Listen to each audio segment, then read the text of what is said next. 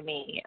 As a survivor of sexual assault and being raped when I was 21 and having experienced a lot of victim blaming, whether intentional or unintentional, I was really trying to figure out a way that we could raise awareness around how prevalent the issue of sexual assault is for both males and females and people of other gender identities. And I really felt like this was a really good way to kind of become an advocate. It's an easy way. You wear jeans on April 24th. It's a way to support survivors. It's a way to talk about sexual assault.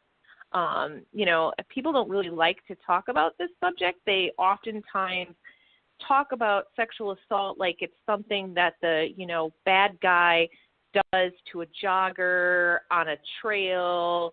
It's the stranger danger. And that's not what sexual assault is at all. As a matter of fact, more people that are sexually assaulted are assaulted by someone they know than someone they don't. By a relative, by a neighbor, by an acquaintance during a date rape, even being married. All of those things are far more prevalent than someone being raped by a stranger. Because one of the things, I was just reading an article earlier today, and I wondered if you wanted to speak on this as well, which I guess kind of comes to victim blaming, that I found really interesting. It was an article maybe from a few days ago here in our local paper, but it was talking about how a lot of times the plea bargain system also does not help you people that have been victimized by various forms of sexual abuse, because oftentimes the person is plea bargained down to a position where they don't have to register as a sexual offender. They don't have to oftentimes even the crime isn't listed that way. It might go down to some sort of misdemeanor that doesn't even imply what was going on in the attack and everything.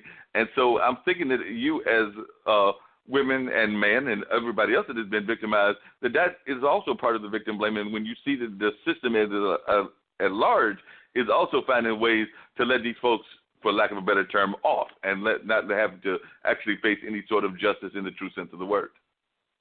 Yeah, absolutely. In fact, I literally could get up on a soapbox about our judicial system, and it's unfortunately really, really re-victimizing for victims to. It's really hard for victims of sexual assault to come forward in the first place, especially because we have so much shame and there's so little believability. And then when you add the judicial system in the mix, we have a local case going on right now where an assistant principal at a high school was touching young girls at the high school level, and he pled down to a misdemeanor. He'll never have to register as a sex offender. He doesn't get his teaching license taken away. And those young ladies who came forward are devastated. They're absolutely devastated because they went through all of this, and then they come out on the other side, and it feels like they did this for nothing. And it's really frustrating. Really, really frustrating. And we see it all the time. Because I'm sure that you probably could identify with a lot, whether it's some of the famous people, like I believe there was one of the judge candidates that there was accusations of things that had happened with him and various women in his life, of course, whether it was Cosby, whether it was others. I'm sure that when people are saying, why did these people wait 5 to 10 years, you probably can identify because you probably yourself, I don't know whether you immediately reported it or if you waited till later to report it, but I'm imagining that a lot of people wait, if not years, days, and sometimes even a long time in order to understand that they can report it. And you actually earlier mentioned that even some of these attacks happen within the confines of marriage. So that probably either adds even another kind of perspective because, yes, you want to report the fact that you were abused within the marriage, but at the same time, some people, for whatever reasons, are trying to save the marriage, even though those kind of attacks, I don't know that the marriage can be saved, but I do know that people sometimes, just like they keep in marriages for kids, I imagine there are people that probably stay in marriages even though they know they're being abused and know that it's not healthy. Yeah, there's a lot in what you just said. I did not have the option to not tell right away because I had been kidnapped and shot and raped in an alley by strangers. And so I was like hurt and had to find help. So I didn't have the opportunity to not tell. And I have, heard many, many, many stories from people who have, been groomed by a relative, who have been told, I do this because I love you. You can't tell anybody. They've been threatened with their lives, the lives of their parents, their brothers and sisters.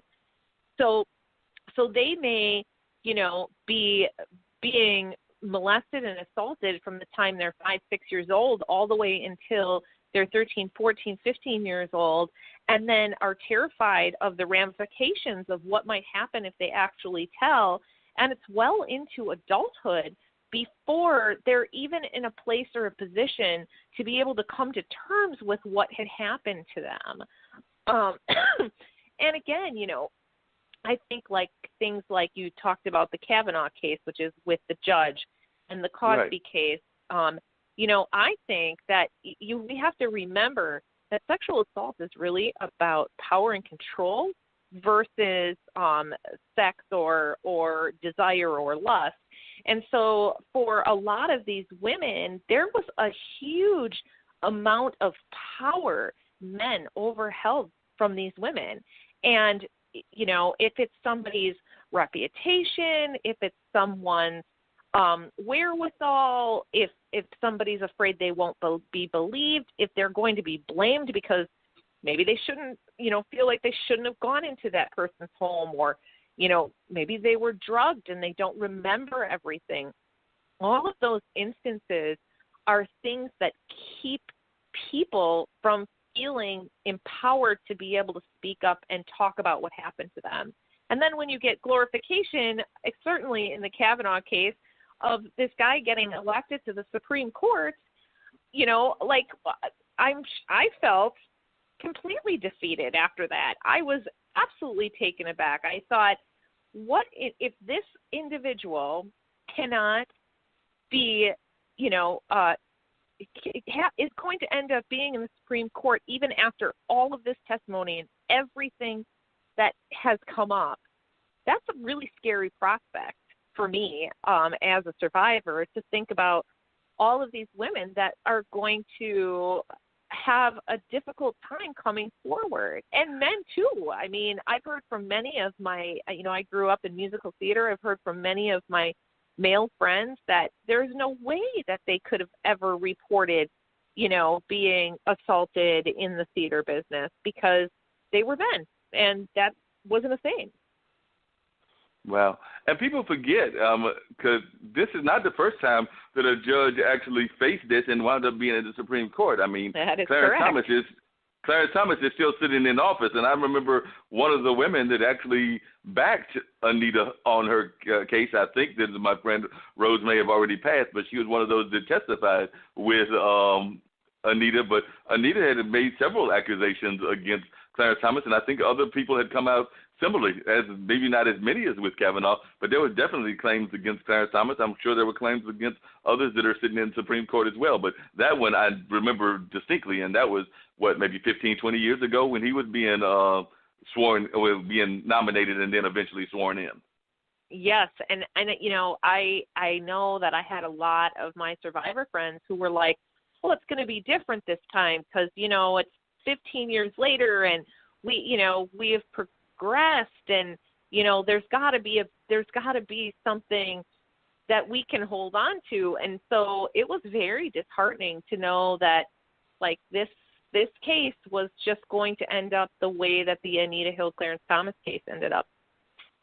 Wow. And so it seems like the Me Too movement has helped in a lot of respects, but there's still a lot of fights that you as survivors have to put up. And you mentioned it earlier. I mean, you mentioned theater, and of course there's all kinds of stereotypes about the theater world and just entertainment world in general. But I've also heard of people that out of the male perspective and out of other orientation perspectives that have talked about being abused. And some of the abuse, I think people also don't understand. You talked about being a power thing, but that sometimes the power also has to do with it's not always the physical abuse, and you alluded to that earlier, but sometimes the abuse is also mental abuse, because I know I've been in one or two relationships that, if not abusive, they were at least borderline to being abusive. So I think that sometimes people don't necessarily understand the social and the mental aspects. I know that one of the people that was involved with Shree's show, I believe that you actually helped him get out and an understanding of some of the things that he went through, because I think that the show that you were on was with Neil, and I didn't get all the details, but it did seem like he had been involved in some situations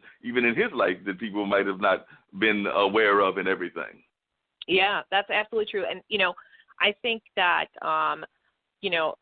mental manipulation is a key component oftentimes to male sexual abuse. It is a power and control thing, and it isn't always physical. A lot of times it does have to do with this manipulation of, the vulnerability of an individual. And, I think, when we talk about especially like teenage boys, I think we do a really big disservice to teenage boys, because we think because you're a teenage boy, you should be, sexually inclined in every aspect. And then if you add an older woman into the mix, it's seen as this like a badge of honor, excuse me, when in actuality, for many young men like that, it's very disruptive in their lives, and it completely changes the trajectory of how they feel emotionally and where they're at. So I just think it's something that we tend not to think about or talk about, but it's very relevant. And sometimes I wonder, and I'm not trying to, I don't want to do victim blaming myself, but it does seem that sometimes the abuse that some of us go through, whatever that abuse is, sometimes that can then play into our other relationships. Because I know when the relationship that I can remember most distinctly that had that kind of element to it, and there might have been a couple of others as well, but that person had clearly, and that had told me in the relationship, and I'm still single in my 50s, but it told me that they had been in an abusive relationship, and then they would start doing things like, they were very controlling. Like, I worked in a public place, and if they saw me going in there, they might drop me off, and then 5 minutes later would call me back saying, I saw you looking at so-and-so, and I'm like, I just got to work. I haven't even got into sitting at my desk yet. So, sometimes I wonder if sometimes some of the issues that have passed from past relationships don't impact the current relationships and then cause some of these other kind of cycles of abuse, or the abuser then winds up becoming an abusee. So I do know that has been happening in history, and I know that it has happened with my situation where I dated somebody that had definitely been in an abusive situation and passed some of that on, so much so that when I remember distinctly going to visit my mom, who at that time lived in Winston-Salem, so we're talking 15 or 20 years ago, and literally going into a public parking lot. I can't remember if we were going to a grocery store or something else, and my mom's looking at me like, and I'm probably at that time in my 30s maybe, and she's looking at me like, why are you looking at the ground? Why are you like not looking up at facing what's in front of you? And that's when I realized that I'd gone through a form of psychological torture myself, and it had impacted me. Yeah, and I'll tell you that abuse is very cyclical. Right. And, there's this great saying that not everyone who's abused becomes an abuser, but nearly everyone who abuses has been abused at some point in time in their life. So there's usually a cycle of that. And, it's unfortunate, because I think part of that is that people don't get help. And so they may be abused themselves, and then 15, 20 years later, when they're in a relationship and it's unhealthy and they're doing things, to personify, their own abuse, they don't even recognize that it stems from the fact that they were abused themselves. And it's no excuse. It's just simply a fact. It's just what happens. And it's, sometimes it's really hard to get out of those relationships, especially, I think when they feel borderline, like, I can't really tell if this person, is doing this because they love me, or are they trying to control me? Those situations can get really, really tricky for people.